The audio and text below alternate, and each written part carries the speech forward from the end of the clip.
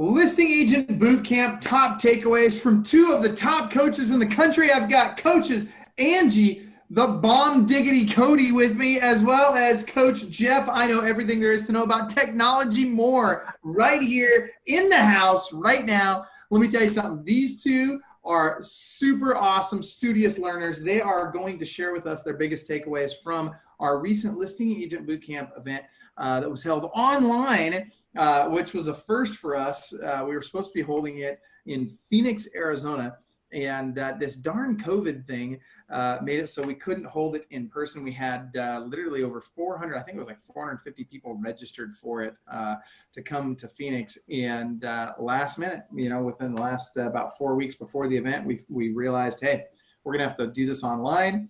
And so we had to build technology. This was the crazy part. Good thing we've got great coders on the team.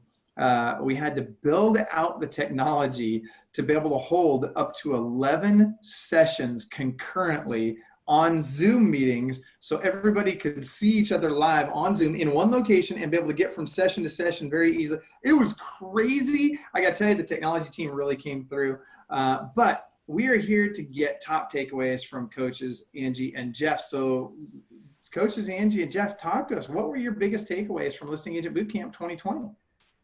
Go ahead, Angie. You want to go first? Okay, so I really love Gabe Cordova's presentation. I love Gabe. I'm a big PowerPoint user, but I love the fact that he had said 3% of your leads are ready to buy now. Mm-hmm. What are you doing with the rest of them? Meaning, how are you nurturing them and how are you cultivating those relationships? And I think that so many agents out there will buy leads, they're not ready to buy, and then they just toss them in the corner, or they just forget about them and they're not doing that nurture process. And if you think about only 3% is ready to buy, that doesn't seem like that much, but not everybody is ready to buy something at this time. So that was a huge takeaway for me. And, I did a strategy session for you yesterday, Michael, and this agent was a part-time agent. Mm-hmm. Last year, spending $5,000 on Zillow, only working the leads that were ready to buy now. Wait, so, $5,000 in what period of time? A year? A month. $5,000 a month as a part-time agent? Mm-hmm. Whoa. So and only working the leads that were ready to buy now. Yeah, it made me think about, Gabe said last week, only 3% was ready to buy. What are you doing with the rest of them? Dude, you should have offered to buy their leads. I would have been like, hey, look, I'll tell you what, give me all those leads that you're not going to follow up with, and I'll give you 10 cents a piece for them.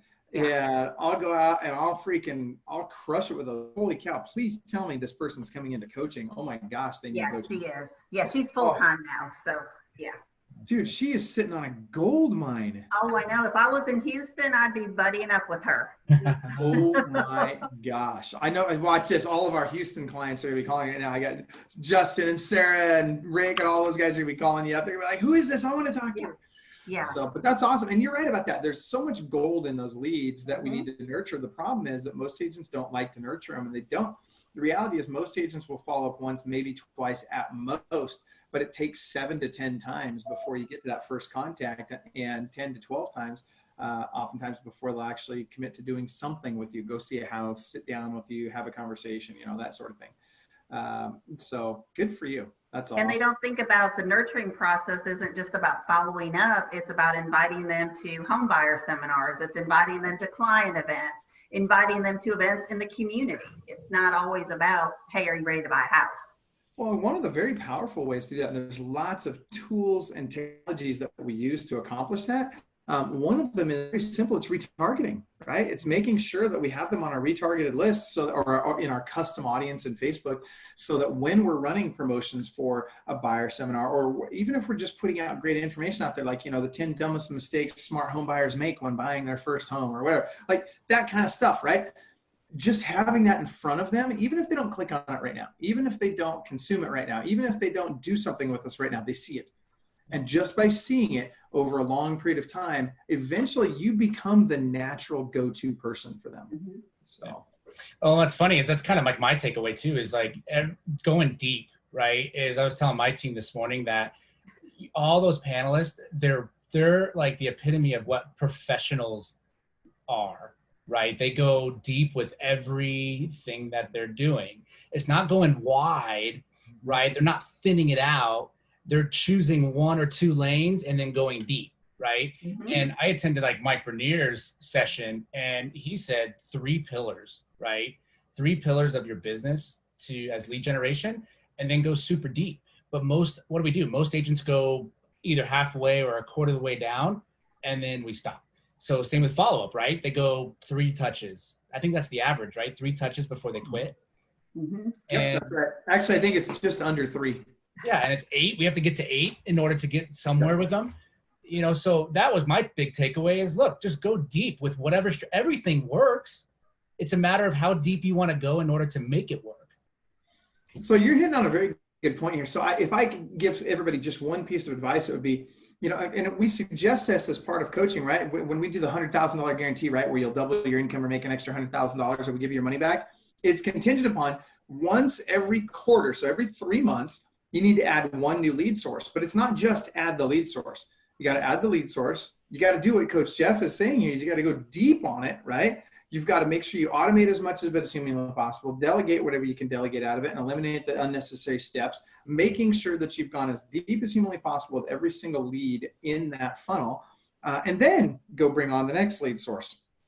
If you just did that, if that's literally all you did for the rest of your career, you're never going to worry about money. Yeah, it's like, oh, leads suck. For sale by owners suck. Expired suck. Well, I mean, somebody's been making them work. Yeah. Why does a guy like Robert Slack, spend $12 million a year in online leads? Yeah. $12 million. Why does a guy like that spend that kind of money on online leads?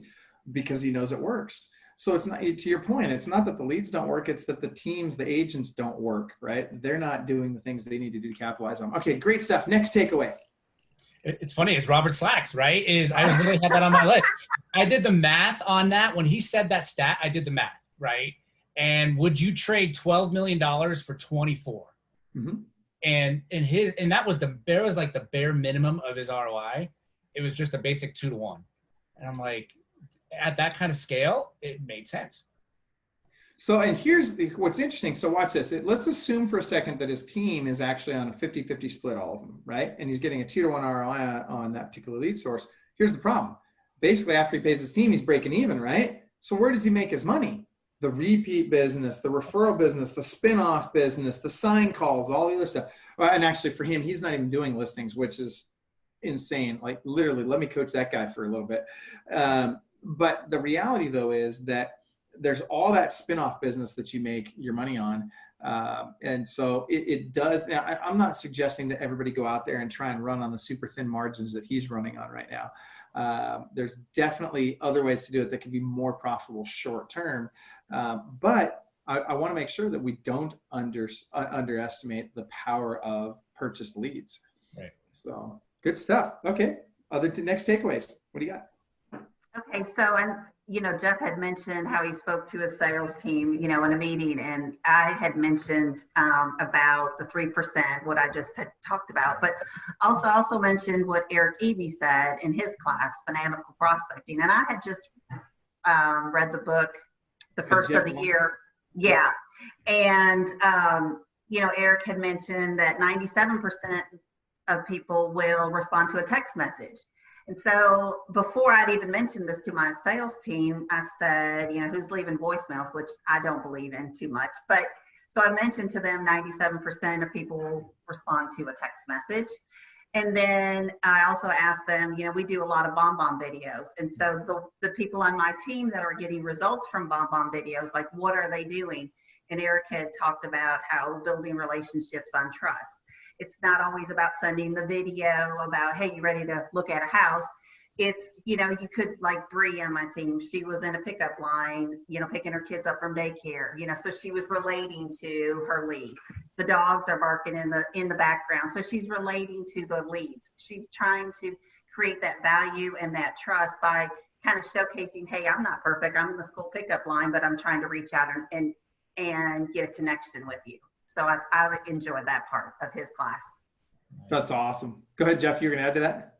Well, I was just going to say, it's like, again, he goes deep, right? It's like figuring out ways to succeed in everything that you do is like, what is what do you like about real estate, and how could you go deep with that in order to get more relationships and actually like, you know, who you work with. If you work with somebody in your same demographic and you target that group, you're going to probably like your job more and want to do it more, and it's going to give you more energy and motivation to keep going, right? And that brings, you know, up the point of making sure that we're authentic with what we do as well, right? Don't try and be somebody you're not. Be who you are, and you'll attract people that are naturally a better fit for you. You know, when your authentic actions are congruent with your beliefs, your values, your morals, and just your way of being, guess what? That's who you attract. So yeah, I love that. Great. And one thing I was going to add too is I get a lot out of these conferences. I get out what is in between the breakouts. And so I was going to mention that I loved the open hallway. Like, I thought that touch was incredibly powerful, right? Is you got to experience conversations that you normally wouldn't have had in an online setting. Yeah.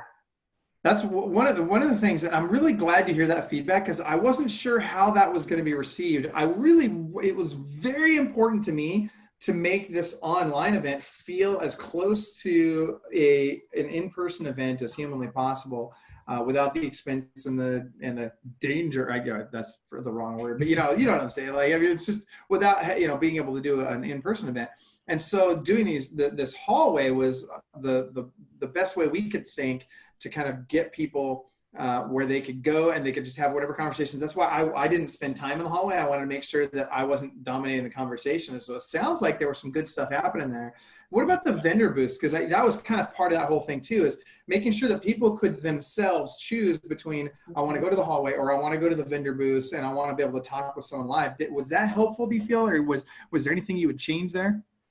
I thought the vendor booths were extremely helpful, because it was like you were in an actual class. You weren't just going up to their booth and they were giving you information. They were actually showing you their systems, and they were very interactive. I thought it was great. And Frank from Viral Marketing was impressed with what you pulled off, and he wanted to make sure I told you that. He was pretty excited about it. He was like, man, I couldn't believe it. I had, you know, because in an in-person setting, they can't really do a demo with people, because you don't have 12 people sitting there at the same time watching your demo. And so I think for the vendor standpoint, I think that was really helpful for them. But what I'm hearing from you is it was equally helpful from an attendee or participant standpoint, because you could go in and you got really solid information about that vendor and their product offering, which is, it's interesting you bring that up, because when we do Marketing and Technology Summit, which is going to be our very first one here in July 15th and 16th. In fact, I'm hoping that you two are going to be very involved in that. Angie, of course, on the marketing side, and Jeff, of course, on the technology side. But I'm really anxious to see how that goes, because we want to create kind of that same opportunity. What we want to do is we want to say, okay, cell phone companies, right? So every hour we'll have different breakouts, right? So every hour we'll have, or every 45 minutes, or however often, right? As we break this down, we'll have, you know, like, let's say we have all the different cell phone companies there. We won't put them all in the same time slot. We'll put them in so each time slot will have 10 different vendor categories. So that, like, if your mission in life is, hey, I need to find a new CRM. Okay, great. This hour you'll have the opportunity to learn from this CRM. The next hour you'll learn about this CRM. The next hour, or if you want to do a different one, let's say you want to do cell phone companies, you can do the same thing there, or lead generation for buyers, lead generation for all that kind of stuff. We want to break it up so that there's these tracks, and you don't have to stick to a track. You can bounce from track to track.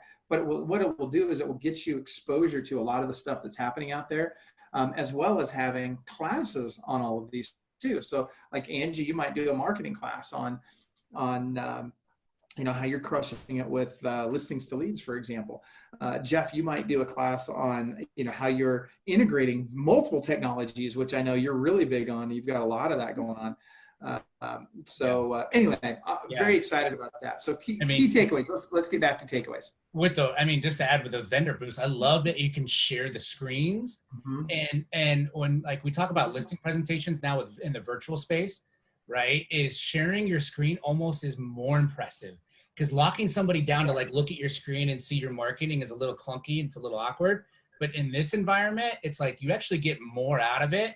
And I got out of like the tier 3 masterminds, right? All these masterminds were probably the most powerful masterminds I could be a part of, right? Because we got to be able to see and integrate and open up their screens, work through their flows and ask questions. Like it was almost like a workshop instead of like a mastermind. And that was crazy powerful. Crazy. Well, okay, so you just gave me an idea that I think we're going to have to implement at BSM in November, which is in California. I think what we're going to in Carlsbad, California. I think what we'll do there, what if in the masterminds, what if we concurrent to the masterminds, not open to anybody that's not physically there. You got to be physically there to have the ability to log into this. But what if we have a Zoom session running while we're there so that from any position around the table, somebody could easily share their screen to the projected screen in the room, and you guys could talk about things. Would that help? Yes. Yeah, that's cool. Done. Done. That's easy. I can make that happen tomorrow. Like that's, oh man, you guys just gave me a great idea. I got to write that down. Hold on. Okay, so give me another takeaway while I'm writing that one down. Okay, so I absolutely love David Steitz's listing presentation, along with the panel for the objection handlers. I work more with sellers, so I was able to see some holes in my listing presentation, but my big takeaway with David was he's just confident. You know, he acts as if, like you would have always told us to do, act as if you're going to get that listing appointment. And then part of that was what Gabe had done when he was on that panel for the objections, is he showed his CRM about all the buyer leads, you know, when you're on a listing appointment. And I had totally forgot about doing that.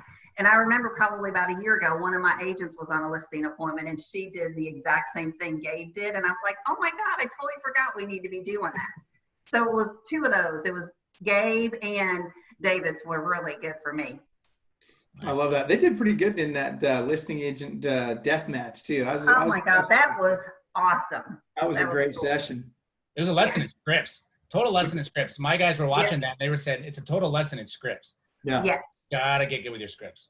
Mm-hmm. You know, I'll tell you one of the things we're working on. We just published our second and third book during the event, both of which became national bestsellers during. That's exciting.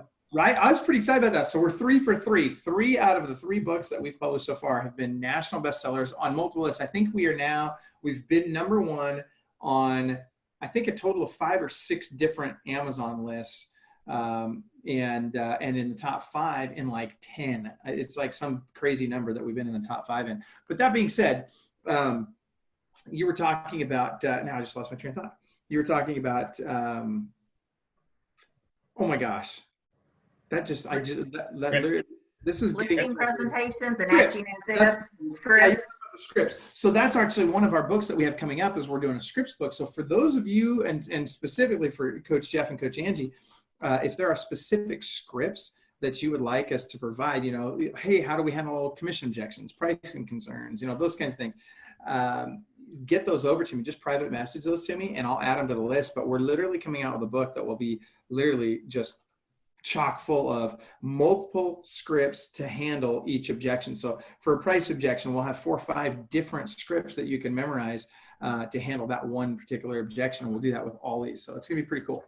Yeah. And I guess, I mean, when I listen to that too, is the formula. They all have the same kind of solid formula, right?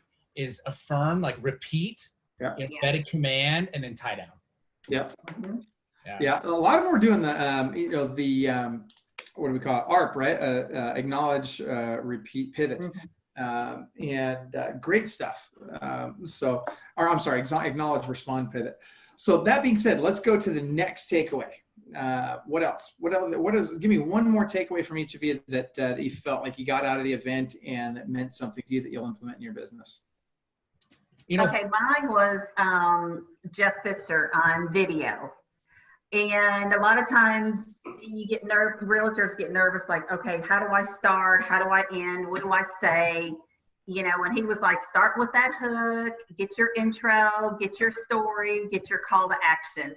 And it was just that basic, 4 steps. And I'm like, oh, okay, well, that makes sense. Now I feel a little bit more confident on how I'm going to start my videos. Love it. That's great. And you're right about that. It's unfortunately, most people do it backwards. They start with the intro before the hook, right? Mm-hmm. You got to start with that hook. You got to tell people immediately, this is why you want to listen to this. Then you can do the intro. Then you can go into the full story. Then you can do your call to action. So I love it. It's great stuff. Great takeaway. Jeff? Well, and we talked on my team this morning. We were asking this question, right, of like what their takeaways as well.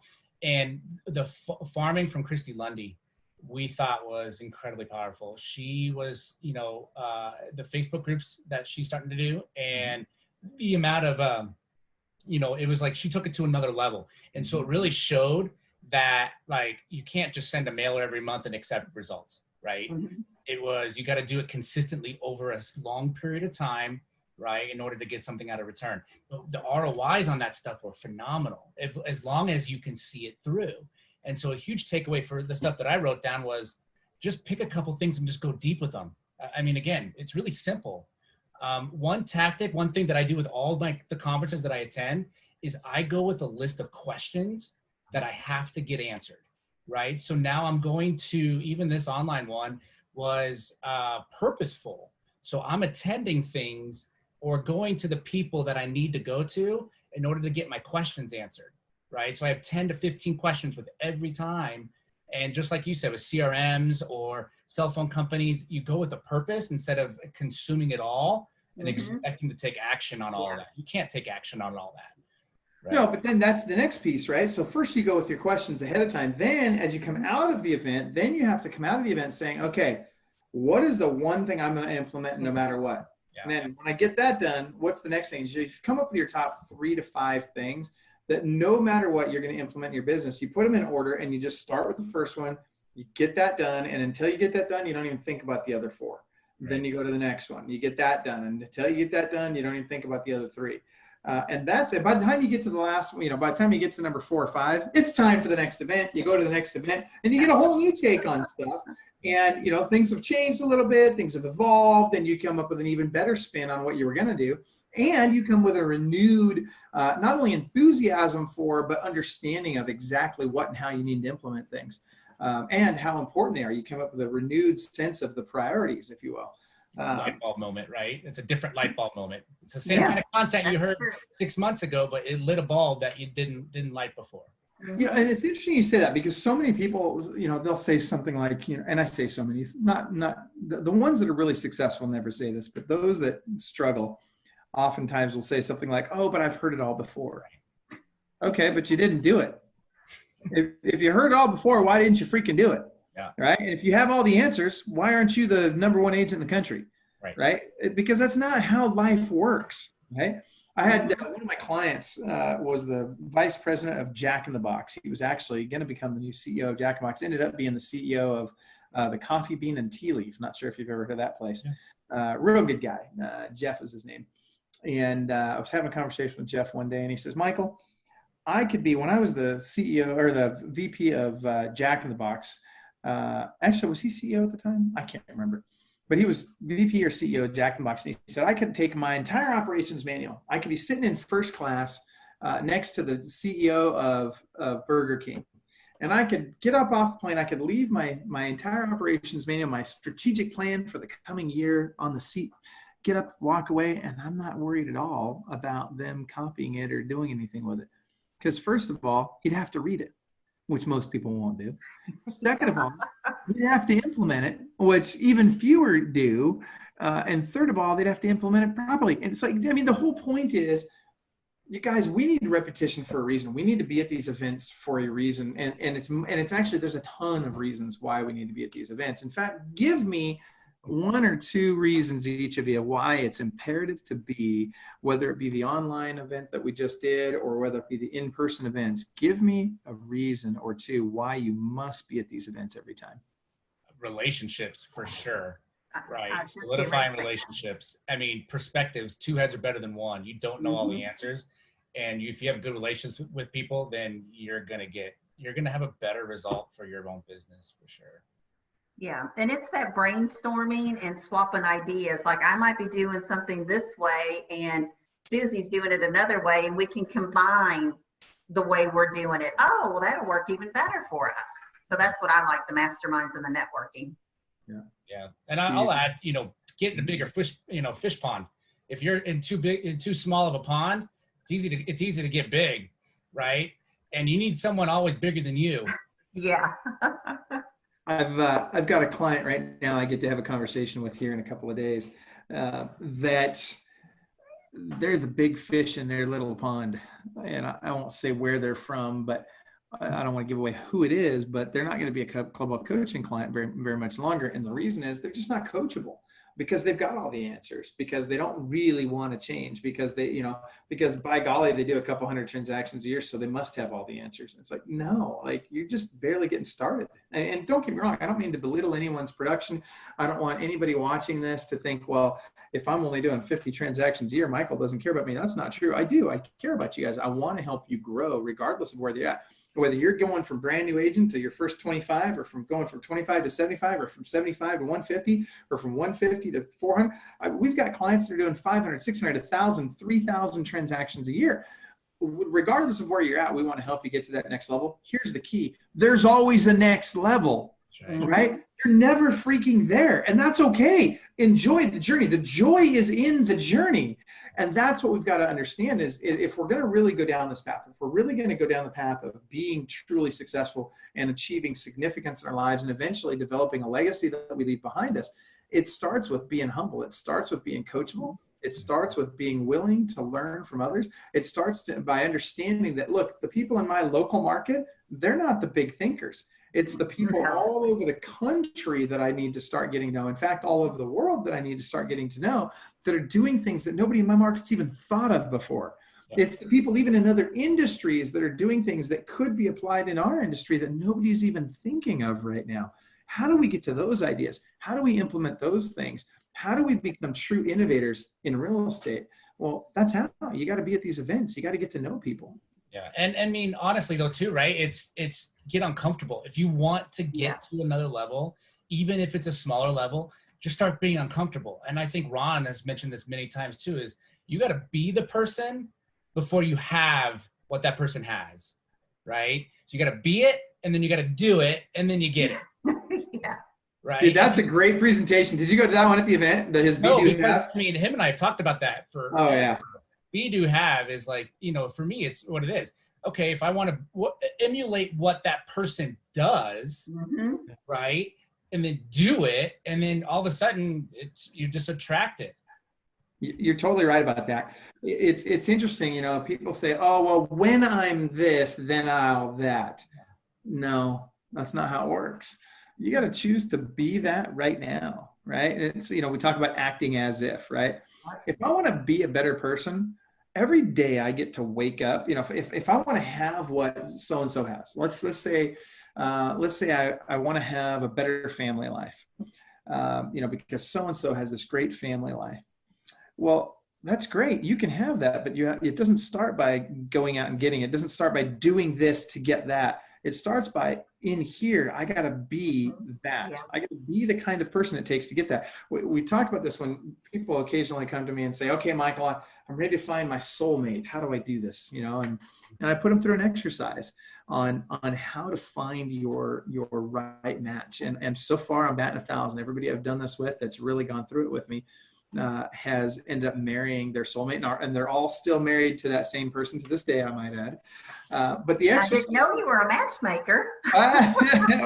Years ago, I think. By accident, right? It just, but the formula works, right? What I'll do is I'll say to the person who's ready to find their mate, I'll say, all right, well, write down on a piece of paper for me right now the 10 things that you expect in the perfect spouse. What do you expect? And then they'll write down those 10 things, and they'll come back and, oh, I want this, and I want that, and they gotta have this, and they gotta have that, and they gotta have this, and they got, okay, great. All right, that's good. All right. Now, write down the 10 things they're gonna expect in a spouse. What is that person gonna expect in their spouse? Whoa. They didn't expect to go there, right? So all of a sudden they're, oh my gosh, okay. So then they write down the 10 things, and then we come back, we talk about it, and we say, okay, so now go be that. And then I give them some other exercises on the actual, finding the person, that sort of thing. But they got to first focus on being that person that the spouse they want would expect. And as they start to do that, guess what happens? Opportunities materialize, right? Dates happen, connections are made. I mean, but it's all because inside your head first, you've got to become that person that they would want to be with. Mhm. So, yeah. And same with agents, even in business, right? Like, tell me the definition in your mind of the agent and what their behaviors are that closes 100 deals a year, 50 deals a year, whatever. Give me that definition. Yep. Right? And then just go be that. That's literally it. Like, you've got to, like, what are the habits that a 500 transaction a year producer has? What are their daily habits? Right. Great. Go do that. Emulate. And that's why it's important to be at these events, because you get to talk to those people that are doing 500 transactions. Yeah, and what's interesting is not only do you get to see what they do to get there, but and what they have because they're there, but you actually get to see who they are. You get to learn what makes them tick inside. And that's where it all starts. Napoleon Hill says, right? You got to begin with the end in mind, and what the mind can conceive and believe it can achieve. But until you can conceptualize it, and until you can convince yourself that you are that, you won't believe that you're worthy of it.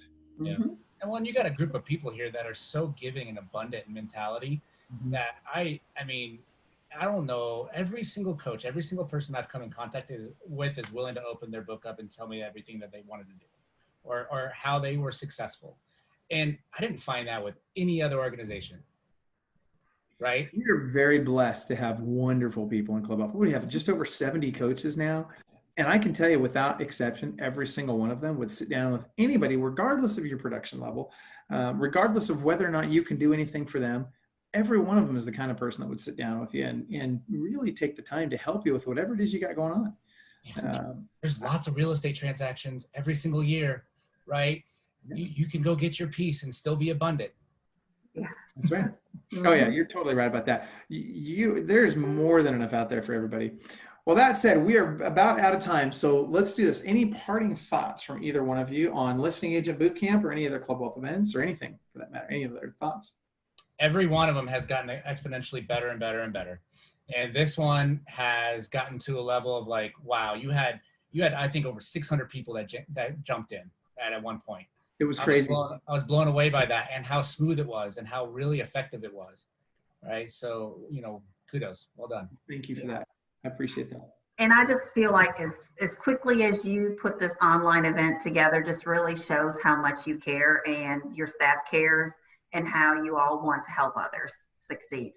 Yeah. I appreciate that a lot, Coach Angie. We've got some wonderful people on the team, and they worked day and night tirelessly. No joke. I mean, they literally, I had people on the team working literally 15 to as many as 18 hours a day for 4 weeks trying to pull it all together. And I am super grateful for them. They really brought it. They made it happen. And I got the easy job, right? I just got to tell them what I wanted done. They got to go figure it out.